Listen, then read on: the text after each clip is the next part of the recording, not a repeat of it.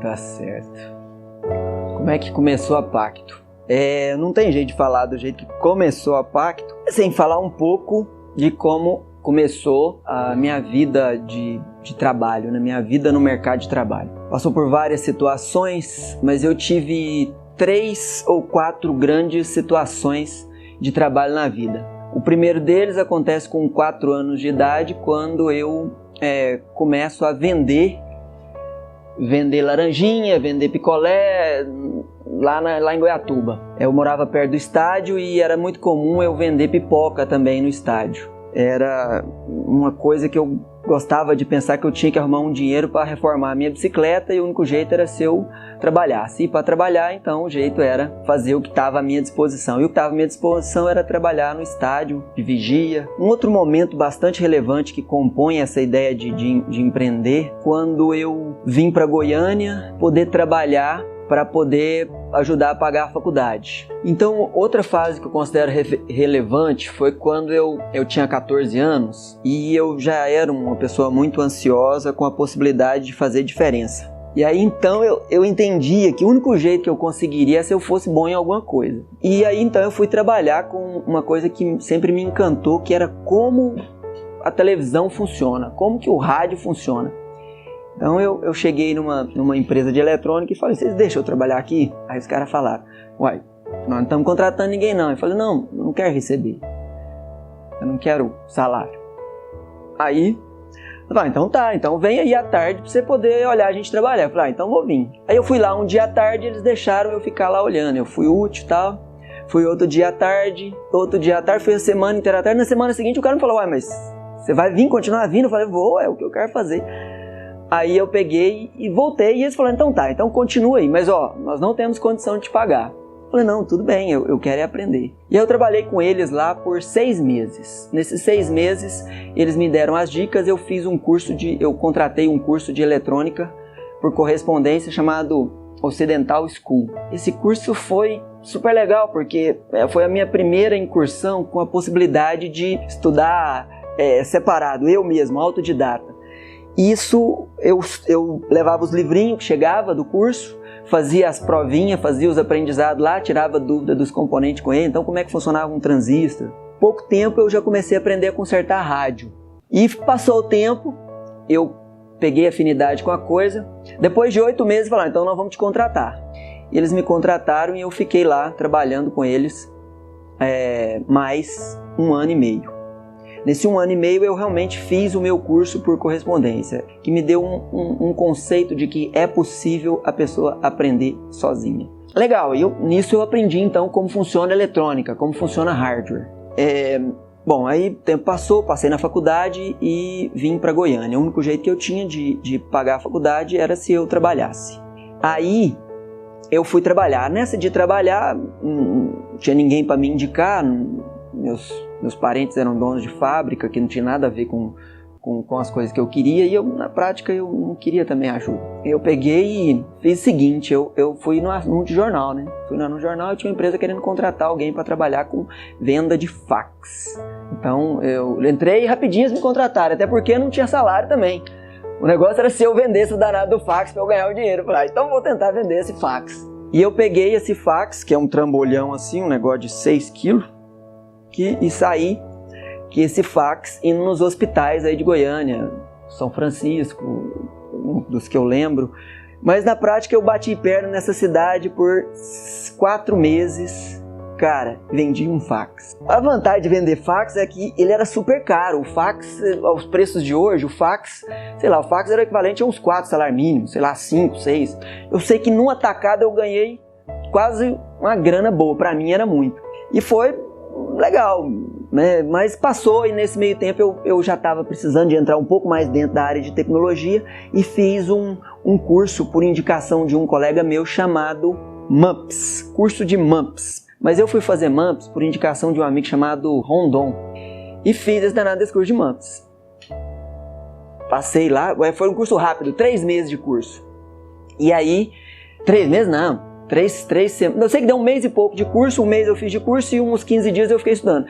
Eu já estava no gargalo, minha mãe uma pressão danada, eu tinha que arrumar uma grana para poder pagar a faculdade, né? Beleza, né? Aprendi MUPS. Vai eu de novo no jornal. Olha o que acontece.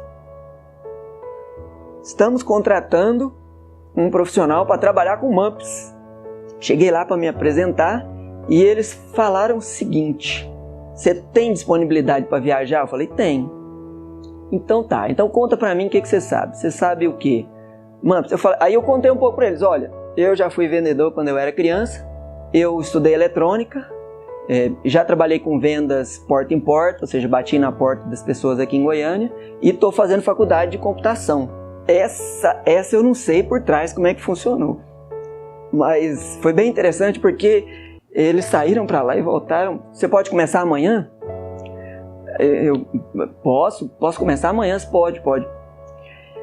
E comecei no dia seguinte, mas agora eu vou contar para vocês o que essa empresa fazia. Cara, era uma empresa que trabalhava com vendas de 2 vendedores, cuja especialidade deles era vendas mesmo, a veia deles eram vendas.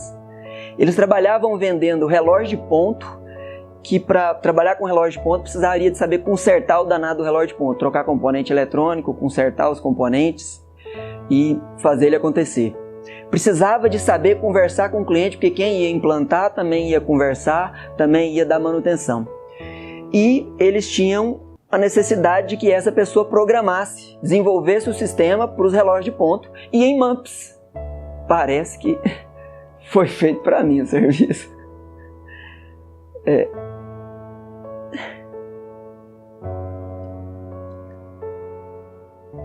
E aí, cara, eu fui no dia seguinte trabalhar. Foi um momento super interessante, porque eu sentei na cadeira e como a única coisa que eu sabia fazer naquele momento era programar, eles me deram um trabalho, que foi o seguinte: fazer um software para preencher carteirinha, cartão de identificação.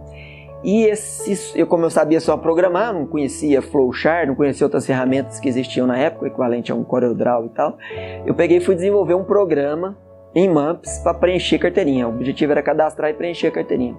Eu sei que eu sentei de manhã, de tarde, deu 6 horas, deu 7 horas, não entenderam. Falei, pô, você não vai embora, não? Eu peguei, pra quê? Vocês me puseram aqui para fazer o trem? Tô fazendo.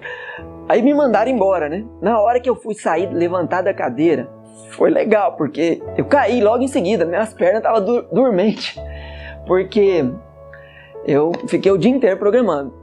Tava quase pronto o danado do programa já. Aí no dia seguinte eu fui e acabei o programa, passei o resto da semana imprimindo. Eu acho que eles gostaram muito do meu trabalho, porque dessa época pra cá eles não pararam de vender coisas. Isso era em 92. E nessa história passou a faculdade, né? Em 94 eu fui formar e no dia da minha formatura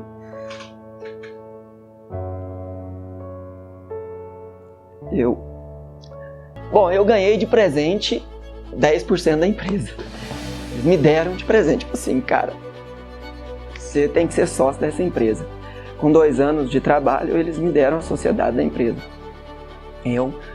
Foi um dos dias mágicos, assim, né? Tinha levado até uns amigos de Goiatuba para ver aqui no La Fontaine. Quem conhecer aqui no La Fontaine para ver minha formatura.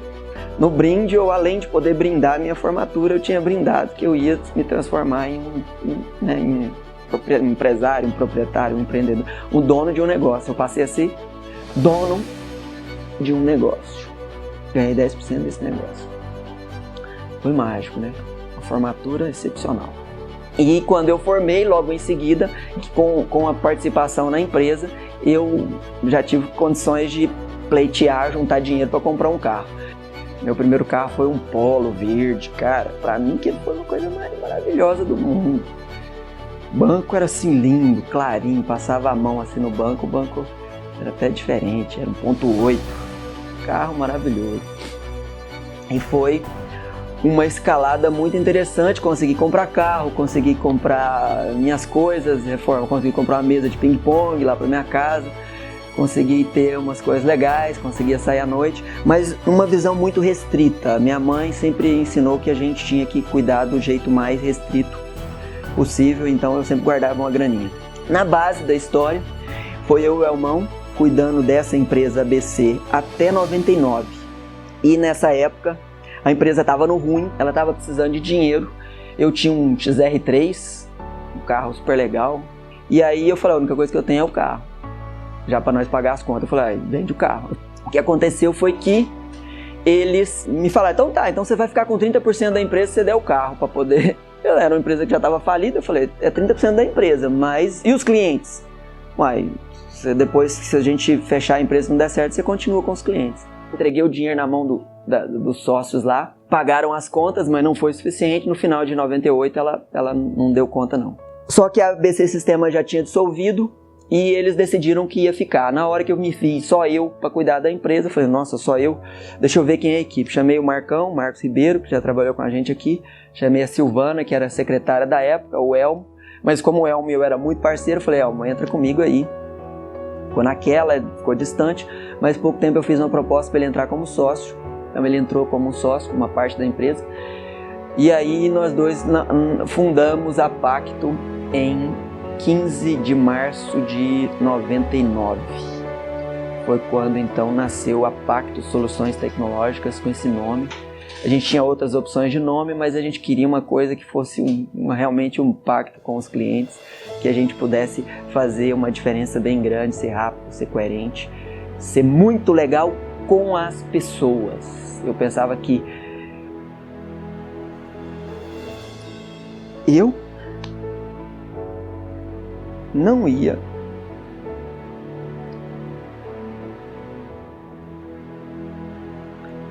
ver as pessoas pelos seus defeitos, mas pelas suas qualidades. E aí começou a Pacto em 99, que foi uma fase bastante super legal. Trabalhamos pra caramba, criamos softwares novos e aí foi quando a gente começou a ter o próprio domínio sobre o dinheiro da empresa. A gente começou a cuidar do dinheiro da empresa, começou a saber investir, começou a contratar de pessoas, mudamos algumas vezes de endereço. Então, a Pacto ela nasceu e no primeiro ano dela, de março, a gente tinha uma equipe super legal, entrava grana, por incrível que pareça, hoje em dia as startups demoram um tempo para pôr dinheiro no bolso. A gente pegou grana praticamente nos primeiros 6 meses, também era só a gente fazendo tudo. E tinha já uma carteira de, sei lá, uns 80 clientes, 60 clientes. Então a gente continuou dominando esses clientes e foi uma época super legal, de muito trabalho. A gente já foi direto pro Magalhães Pinto, lá no centro. A partir de que a gente monta a empresa em 15 de março de 99, nessa escalada, que é claro que até chegar aí muitos projetos passaram, muitas coisas passaram, mas a gente é até estranho de dizer que é uma empresa, cara, que depois que ela começou não teve queda. A gente não teve nunca uma grande dificuldade. Olha só, em março de 99 a gente monta a empresa, energia total, vamos trabalhar, vamos cuidar dos clientes, vamos atrás de vender contrato de manutenção e vender serviço. A gente pegou ela com 40, 50, chegou no final do ano, acho que já tinha uns 100 e pouco, e pra época era muito cliente. E cara, veio junto com isso o bug do milênio. O bug do milênio pra nós foi tipo assim, bug é uma coisa ruim, né? É como se fosse, sei lá, as estrelas do milênio, não era um bug, eram as estrelas para nós, porque aconteceu uma coisa legal. Apesar de a gente ter no máximo uns 100 clientes de carteira que ia pagar mensal, mas já tinha uns 300 clientes ou 400 clientes nessa época que usavam o nosso sistema de ponto, e nessa época todos os softwares iam dar problema do bug do milênio.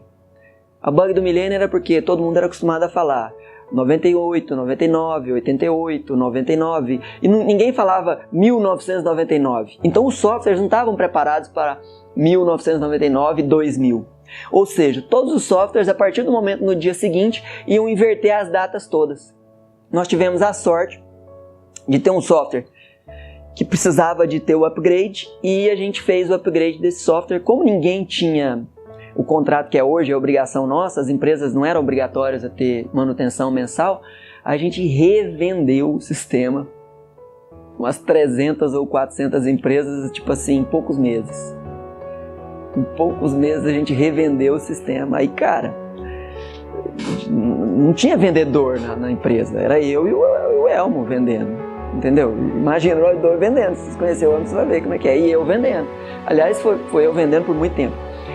E chegava para o cliente, você precisa da solução, nós temos a solução, o bug do milênio, o software custa tanto, e o povo negociava, a gente negociava dentro do nosso jeito, mas vendemos e entregamos mais de 400 sistemas aí, eu acredito. Deu uma grana super legal. Essa grana deu para comprar um apartamento e casar. E o Elmo também fez muita coisa com isso. E aí veio 2000, eu casei exatamente em março de 2000, no final do ano seguinte, né, no ano de 2000. A gente passou o ano fazendo as viradas. E em 2000 a gente, enfim, foi um ano de surfar também, foi um ano super legal, a gente fez muita coisa boa nesse ano. Começou já o conceito de sistema Windows, a gente já fez o sistema, acho que de academia em Windows já para Athletics e para Flex, os meus 2 primeiros clientes, com a ajuda do Antônio e a ajuda da equipe lá da Flex na época, o Edson e o Ricardo, foi bastante relevante. O Edson e o Ricardo cobrando para a gente fazer as coisas do jeito deles, e o Antônio mostrando muitas vezes o caminho e cobrando e mostrando pra gente como fazer para atender uma academia, para fazer tudo. Que até então eu já tinha software para academia, mas era só controle de acesso e só pagamento. Dessa época a gente começou a pensar em números, pensar em indicadores, pensar em gestão para academia, e a gente fez um sistema numa tecnologia que eu diria banco de dados, né? Banco de dados. Porque até então eu trabalhava com Clipper, Mumpis, tinha outras linguagens da época, C, tinha também Basic, tinha Paradox, todas essas linguagens davam problema de índice. Os programadores vão saber o que eu estou falando. E danado do SQL Server não dava. Então nós fomos a primeira empresa a fazer um software de academia cliente-servidor, baseado em banco de dados relacional, ou seja, baseado no SQL Server. Então quando começou o sistema, quando o sistema ficou pronto, que aí foi eu que desenvolvi ele sozinho com a ajuda de um ou outro programador, cara, eu batia no peito e falava assim, ó, esse sistema tem garantia ilimitada contra defeito de fabricação. E cara, não dava pau, não tinha como dar pau. Eu sabia tudo que ele fazia, eu conhecia tudo que ele fazia, eu tinha feito tudo que ele fazia, tudo que ele se propunha a fazer, e funcionava, era uma maravilha. E aí, mas o software era caro pra caramba, a gente vendeu relativamente poucos, mas trocou muitos sistemas. Então foi uma época de bastantes vendas para academia. Foi quando a gente foi para Brasília, começou a pensar em outras cidades, começou a vender o sistema para outros estados, mas era muito pouco, vendia 1, 2, 3, 4 sistemas por mês, 1, 2, então ficava indo disso. Em 2002 a gente fez o sistema para clube, que aí também foi super legal, a gente fez um sistema para poder fazer gestão de clube, também é uma evolução de uma outra versão de um sistema que eu já tinha feito, porque até chegar aí, gente, eu já tinha desenvolvido mais de 40 aplicações. Eu já tinha desenvolvido sistema para controle de patrimônio, eu já tinha desenvolvido sistema para lanchonete, eu já tinha desenvolvido sistema para controle de estacionamento, eu já tinha desenvolvido sistema para controle de acesso de portarias de condomínios, sistema de controle de frota, sistema de controle de envasamento em indústria química, sistema de controle de mineração na SA Amianto, passei uma época lá fazendo software para gestão de coleta de dados na mineração. Eu já tinha feito sistema para controlar a rota de caminhão para distribuidora de bebida. Eu já tinha feito um monte, mas o que fazia diferença mesmo era esse sistema de academia, o de clube e o de ponto, que era talvez o nosso carro-chefe. Ele vinha devagar, mas sempre vendia, sempre tinha clientes para ele. Se envolver. Cara, a minha veia é de pegar para resolver, né? Não dá para ser superficial numa coisa que muitas vezes do outro lado tá o cliente precisando de resolver o problema da vida dele, do negócio dele. E muitas vezes a única forma que você tem para se envolver, ou seja, a única forma que você tem para resolver é entendendo na visão de quem está com o problema. Se você entende na visão de quem está o problema, você se envolve, não tem como escapar de se envolver. E quando você se envolve, você entende. E quando você entende, a probabilidade de você dar uma solução ou dar um desfecho para a coisa que é mais próxima daquilo que realmente atende o propósito da pessoa é maior. Então eu entendo que se envolver faz toda a diferença. E também porque lá atrás eu ouvia tipo assim, só entrega. O importante é entregar e fazer o cara assinar. Eu abominava essa definição. Não basta entregar, tem que funcionar. Então por isso se envolver sempre foi a minha veia. Acho que é importante a gente não só entregar, mas entregar de forma que a pessoa usa, faça sentido para ela. E a gente só consegue isso realmente quando a gente está envolvido com o que a gente se propõe a fazer e entregar. O sucesso de um cliente, na minha concepção, é quando ele, quando ele conquista novos patamares, quando ele muda de fase. O sucesso, ele é medido quando, além da pessoa usar aquilo que a gente propõe, que a gente vendeu para ela de forma geral, e que aquilo faça sentido para ela e que ela continue usando. Sabe, sei lá, igual uma máquina fotográfica que o cara compra e tira a foto naquele final de semana ou naquele final de ano e guarda ela no fundo. A máquina fotográfica é ótima, ela tem um monte de função. Mas, cara, se o cara não pôr a máquina na vida dele, não colocar ela na semana seguinte, não emprestar ela para alguém, não usar ela de novo, não usar ela para filmar, é a mesma coisa, não teve sucesso. Então, para mim, o meu papel nesse assunto de sucesso é estar lutando para que não só a gente entregue as coisas, mas que também que o cliente use e que ele, usando, tenha melhores resultados, ele tenha melhores formas de gestão, melhor clareza no que ele faz, uma forma melhor de decidir, tomar decisões, que ele economize dinheiro, que ele ganhe dinheiro, que ele economize processos, que ele economize tempo, que ele empodere a equipe dele, torne o trabalho mais fácil, enfim, que esteja, entranhado no dia a dia dele. Então minha vontade é entregar coisas que realmente façam sentido e que as pessoas realmente usem para o seu dia a dia.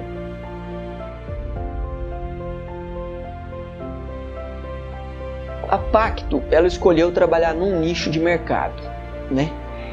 Ela escolheu trabalhar ou se especializar num nicho, né? Especializar nessa área, né, de gestão fitness.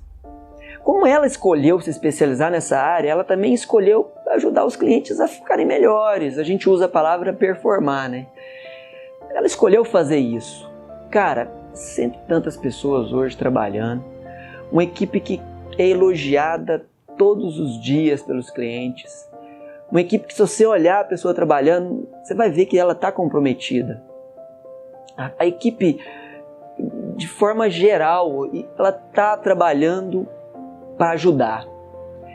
E, cara, a equipe está trabalhando para ajudar, tem uma outra equipe trabalhando para ajudar. Aí essa equipe trabalha para ajudar, ela trabalha com diferentes viés, né? Uma trabalha com o viés de produzir uma tecnologia, o outro trabalha com o viés de entregar a tecnologia, outras trabalham com o viés de organizar para que tudo aconteça. E aí, cara, a gente tem um papel de poder ajudar esse mercado.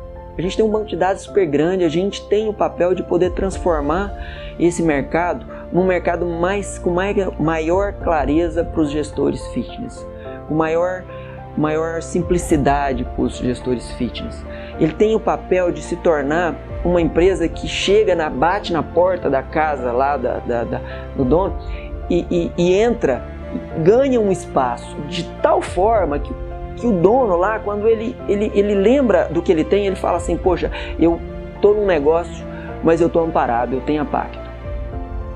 A Pacto vai me ajudar e ela me ajuda com performance, ela me ajuda com um jeito de trabalhar, ela me ajuda com indicadores, ela me ajuda com uma equipe que não me deixa desamparado. Enfim, eles podem até demorar, ou podem até errar alguma coisa, ou podem até não ser os melhores, mas eu te garanto, eles vão ter sempre a melhor tecnologia à disposição do mercado e nunca vai deixar a gente na mão.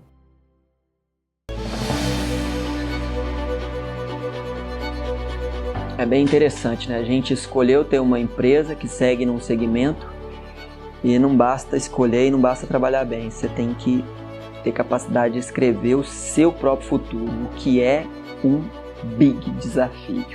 Qual é o rumo, né? para que lado a gente vai? Será que a gente está caminhando para o lado certo? Será que as nossas escolhas vão nos levar a um próximo nível?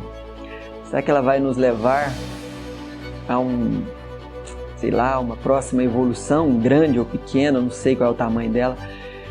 Mas o que importa é que a gente vai superar cada um dos desafios que chegar. Eu diria que é desafio romper essa barreira de uma equipe maior. É um desafio romper a barreira de uma equipe maior e manter ela motivada, e manter ela legal, e manter ela engajada com os propósitos da empresa. Esse é um grande desafio. Que a equipe interna continue sendo fã da empresa onde ela trabalha. Eu acho que se a gente conquistar isso, a gente já tem um grande passo dado. Ou continuar conquistando, né? Porque eu acho que a gente já tem um monte de fãs que trabalham aqui com a gente. Então, o primeiro desafio é isso. Continuar montando um mundo velho de colaboradores, parceiros que são fãs. Depois, o outro grande desafio é colocar na cabeça de cada cliente que a gente é realmente parceiro deles.